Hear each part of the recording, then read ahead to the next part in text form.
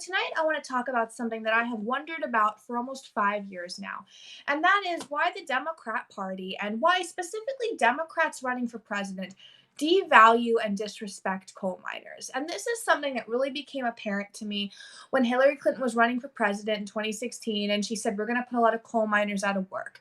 And then when she was confronted with the issue that this statement was, and even her campaign accepted that it was a problem, the coal miner she met with, the family member she met with, slid his daughter's picture, his child's picture, across the table for her to look at, basically to say, "You would be putting my family out of commission. I wouldn't be able to provide for my family." And she never even picked up the photo of the child.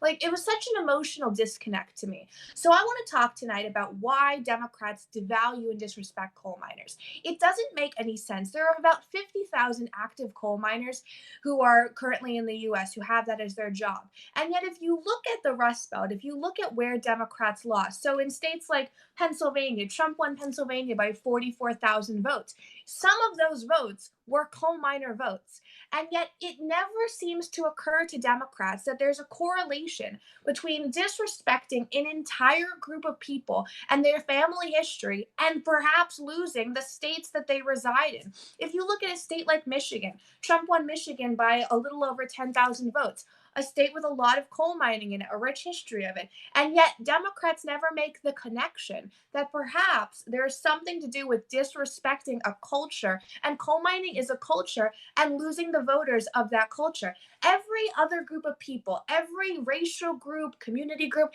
gets a level of sensitivity and respect from the Democrat Party except coal miners. Trump calls MS-13 animals, a group that has done horrific things. And it's like 3 months of this horrible, we have to defend the humanity of people. But yet, Joe Biden and all of the Democrats stand there and basically say to a group of people whose ancestors built America through coal mining, powered this country, just abandon everything you have that has to do with your cultural heritage, and abandon everything that has to do with coal mining and how it's fed into your culture through music and art and history, and go learn to code. That's what happens here. And I find it to be baffling because every other group of people, ethnically, religious, community, just people who like each other, gets treated with a level of PC sensitivity aside from coal miners. And Democrats never understand that perhaps the reason why they lose the Rust Belt is because they disrespect the backbone of the Rust Belt, which is coal miners. So I don't expect anything to change from this live stream. I just want people to really pay attention to it, because if you think coal mining is just a job, it's not. It's a cultural aspect. There are songs about it, the coal miner's daughter. It's something that is important in American history. And there's a devaluing of this particular aspect of American history by only one party.